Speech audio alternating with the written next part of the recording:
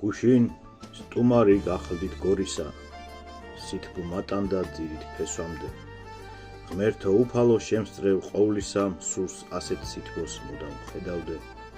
ჩამოვუარე ოქონის ტაძარს, უკეთეს რას ვწერ ნეტავ ამაზე, გულში რატომღაც მინთებდა ხანძარს მისი მშვენება და სილამაზე.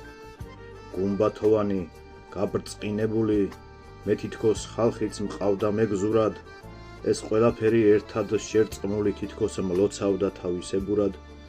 მერე ვესტუმრე ჩემს გორის ციხეს, ქალაქს ვუმზერდი მისი ბანიდან, მისი კედლების კუთხეს და კიდეს რა არ უნახავს დასაბამიდან.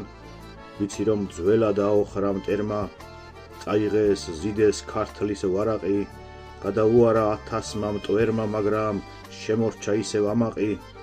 ერთს გთხოვ უფალო, მხოლოდ ამ ქვეყნად, ვილოცებ, შეგთხოვ ყველას მაგიერ, მე ჩემი გორი მიმყოფე მედგრად და დაიფარე მრავალ ჟამიერ.